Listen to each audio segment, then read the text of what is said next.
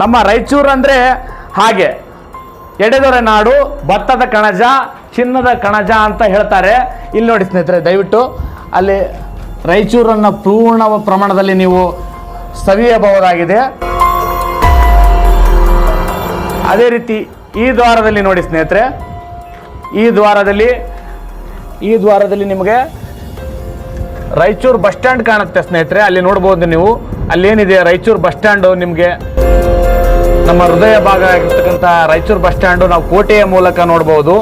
ನೀವು ಇಷ್ಟು ದಿನ ಕಾಲ ಕೇವಲ ಬಸ್ ಸ್ಟ್ಯಾಂಡ್ನಿಂದ ಕೋಟೆ ನೋಡ್ತಿದ್ರಿ, ಇವತ್ತು ಕೋಟೆಯಿಂದ ಬಸ್ ಸ್ಟ್ಯಾಂಡ್ ನೋಡ್ತಕ್ಕಂಥ ಸೌಭಾಗ್ಯ ನಿಮ್ಮದಾಗಿದೆ ಅಂತ ಹೇಳ್ಬೋದು ಸ್ನೇಹಿತರೆ.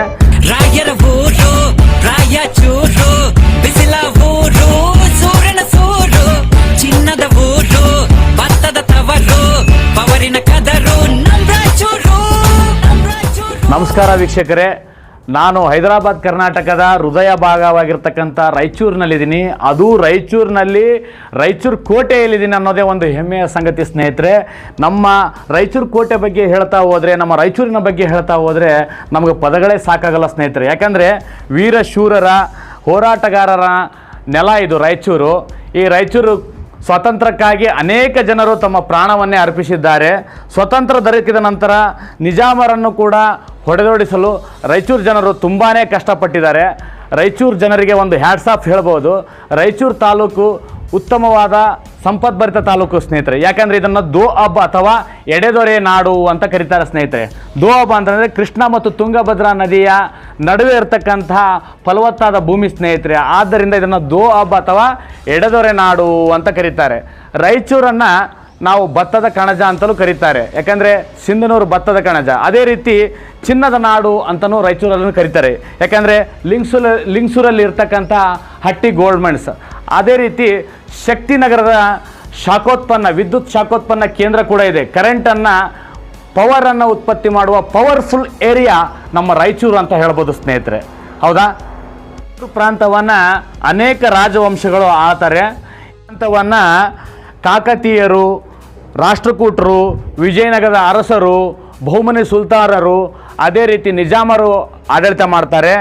ಈ ಒಂದು ಕೋಟೆಯ ನಿರ್ಮಾಣ ಯಾವ ರೀತಿ ಆಯಿತಪ್ಪ ಅಂತಂದರೆ 1294ನೇ ಇಸ್ವಿಯಲ್ಲಿ ಕಾಕತೀಯರ ರಾಣಿ ರುದ್ರಮ್ಮ ದೇವಿಯು ಅವರ ಮಂತ್ರಿಯಾಗಿರ್ತಕ್ಕಂಥ ಗೋರೆಗಂಗಯ್ಯ ರೆಡ್ಡಿವಾರು ಅಂತ ಒಬ್ಬ ಮಂತ್ರಿ ಇರ್ತಾನೆ. ಆ ಮಂತ್ರಿಯ ಆದೇಶದಂತೆ ರಾಜ ವಿಠಲನು ಈ ರಾಯಚೂರು ಕೋಟೆಯನ್ನು ನಿರ್ಮಾಣ ಮಾಡ್ತಾನೆ 1294ನೇ ಇಸ್ವಿಯಲ್ಲಿ. ಈ ಒಂದು ಕೋಟೆಯ ನಿರ್ಮಾಣವಾದ ನಂತರ ಅನೇಕ ಬದಲಾವಣೆಗಳು ಈ ರಾಯಚೂರಿನಲ್ಲಿ ಉಂಟಾಗುತ್ತೆ. ಈ ಒಂದು ರಾಯಚೂರು ಕೋಟೆಯ ವಿಶೇಷ ಏನಂತಂದರೆ, ಇಲ್ಲಿ ಅನೇಕ ಶಾಸನಗಳು ದೊರೆತಿವೆ. ಈ ರಾಯಚೂರಲ್ಲಿ ಸಿಕ್ಕಂಥ ಶಾಸನಗಳು ಬೇರೆ ಬೇರೆ ಭಾಷೆಯಲ್ಲಿವೆ. ಪ್ರಾಕೃತ, ಸಂಸ್ಕೃತ, ಕನ್ನಡ, ತೆಲುಗು, ಅರೇಬಿಕ್, ಪರ್ಷಿಯನ್ ಎಲ್ಲ ಭಾಷೆಯಲ್ಲಿ ಶಾಸನ ದೊರೆತಿರೋದು ನಮ್ಮ ರಾಯಚೂರಿನ ವಿಶೇಷ ಸ್ನೇಹಿತರೆ. ಈ ಬಾದಾಮಿ ಚಾಲುಕ್ಯರ ಕಾಲದಲ್ಲಿ ಈ ಕೋಟೆ ಅಸ್ತಿತ್ವದಲ್ಲಿತ್ತು. ಕಲ್ಯಾಣಿ ಚಾಲುಕ್ಯರ ಕಾಲದಲ್ಲಿ ಇದರ ಮತ್ತು ಜೀರ್ಣೋದ್ಧಾರ ಆಯಿತು ಅಂತ ಉಲ್ಲೇಖ ಇದೆ ಸ್ನೇಹಿತರೆ. ಈ ಕೋಟೆಯು ಒಂದೊಂದು ಕಲ್ಲು ಒಂದೊಂದು ಇತಿಹಾಸವನ್ನು ನಿರೂಪಣೆ ಮಾಡುತ್ತೆ. ಈ ರಾಯಚೂರು ಕೋಟೆ ವಿಜಯನಗರದ ಅರಸನಾಗಿರ್ತಕ್ಕಂಥ ಕೃಷ್ಣದೇವರಾಯನಿಗೆ ಮತ್ತು ಬಿಜಾಪುರದ ಆದಿಲ್ ಶಾಹಿನ ನಡುವೆ ಘನಘೋರ ಯುದ್ಧ ಆಗುತ್ತೆ ಸ್ನೇಹಿತರೆ. 13 ಸಲ, ಒಂದು ಸಲ ಅಲ್ಲದೆ 13 ಸಲ ಯುದ್ಧಗಳನ್ನಾಗುತ್ತೆ. ಆದರೆ ಒಂದು ಸಲ ಅತಿ ರಕ್ತಪಾತ ಯುದ್ಧ ಆಗುತ್ತೆ. ಅಂದರೆ ಕೃಷ್ಣಾ ನದಿಯ ದಡದಲ್ಲಿ ಈ ಯುದ್ಧ ಘಟಿಸುತ್ತೆ. ಕೃಷ್ಣದೇವರಾಯ 7,36,000 ಸೈನಿಕರನ್ನು ಕರೆಸ್ತಾನೆ. ಅದೇ ರೀತಿ 550 ಆನೆಗಳ ಯುದ್ಧಕ್ಕಾಗಿ ಬಳಸ್ತಾನೆ. ಆದರೆ ಆದಿಲ್ ಶಾಹಿ 1,00,000 ಸೈನಿಕರನ್ನು ಮಾತ್ರ ಈ ಯುದ್ಧದಲ್ಲಿ ಬಳಕೆ ಮಾಡಿದ ಕಾರಣ ಅವರಿಗೆ ಸೋಲಾಗುತ್ತೆ. ಈ ಒಂದು ಕೃಷ್ಣದೇವರಾಯ ಯುದ್ಧದ ಸವಿನೆನಪಿಗಾಗಿ ಉತ್ತರದಲ್ಲಿ ಒಂದು ಪ್ರವೇಶ ದ್ವಾರವನ್ನು ಕೂಡ ಈ ಕೋಟೆಗೆ ನಿರ್ಮಿಸಿದ್ದಾನೆ ಸ್ನೇಹಿತರೆ.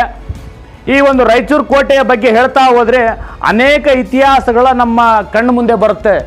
ಯಾಕಂದರೆ ಆಗಿನ ಕಾಲದ ವಾಸ್ತುಶಿಲ್ಪ ಮತ್ತು ಆಗಿನ ಕಾಲದ ಜೀವನ ಶೈಲಿ ಮತ್ತು ವಾಸ್ತುಶಿಲ್ಪದ ಬಗ್ಗೆ ಸ್ವಾರಸ್ಯಕರ ವಿಷಯವನ್ನು ನಮ್ಮ ರಾಯಚೂರು ಕೋಟೆ ತೆರೆದಿಡುತ್ತೆ ಸ್ನೇಹಿತರೆ. ಆದ್ದರಿಂದ ಈ ರಾಯಚೂರು ಕೋಟೆ ನೀವು ಒಂದು ಸಲ ಭೇಟಿ ಮಾಡಿ. ಈ ರಾಯಚೂರು ಕೋಟೆ ಎಲ್ಲಿದೆ ಅಂತಂದರೆ ರಾಯಚೂರಿನ ಹೃದಯ ಭಾಗದಲ್ಲೇ ಇದೆ. ನೀವು ರಾಯಚೂರಿಗೆ ಬಂದಂಥ ಬಸ್ ಸ್ಟ್ಯಾಂಡ್ನಲ್ಲಿ ಇಳಿದ ತಕ್ಷಣವೇ ರಾಯಚೂರು ಕೋಟೆ ಕಾಣುತ್ತೆ ಸ್ನೇಹಿತರೆ. ದಯವಿಟ್ಟು ಈ ವಿಜುವಲನ್ನು ನೋಡಿ ಬನ್ನಿ ಸ್ನೇಹಿತರೆ. ನಮ್ಮ ರಾಯಚೂರು ಅಂದರೆ ಹಾಗೆ ಎಡೆದೊರೆ ನಾಡು, ಭತ್ತದ ಕಣಜ, ಚಿನ್ನದ ಕಣಜ ಅಂತ ಹೇಳ್ತಾರೆ. ಇಲ್ಲಿ ನೋಡಿ ಸ್ನೇಹಿತರೆ, ದಯವಿಟ್ಟು ಅಲ್ಲಿ ರಾಯಚೂರನ್ನು ಪೂರ್ಣ ಪ್ರಮಾಣದಲ್ಲಿ ನೀವು ಸವಿಯಬಹುದಾಗಿದೆ. ಅದೇ ರೀತಿ ಈ ದ್ವಾರದಲ್ಲಿ ನೋಡಿ ಸ್ನೇಹಿತರೆ, ಈ ದ್ವಾರದಲ್ಲಿ ನಿಮಗೆ ರಾಯಚೂರು ಬಸ್ ಸ್ಟ್ಯಾಂಡ್ ಕಾಣುತ್ತೆ ಸ್ನೇಹಿತರೆ. ಅಲ್ಲಿ ನೋಡ್ಬೋದು ನೀವು, ಅಲ್ಲೇನಿದೆ ರಾಯಚೂರು ಬಸ್ ಸ್ಟ್ಯಾಂಡು, ನಿಮಗೆ ನಮ್ಮ ಹೃದಯ ಭಾಗ ಆಗಿರ್ತಕ್ಕಂಥ ರಾಯಚೂರು ಬಸ್ ಸ್ಟ್ಯಾಂಡು ನಾವು ಕೋಟೆಯ ಮೂಲಕ ನೋಡ್ಬೋದು.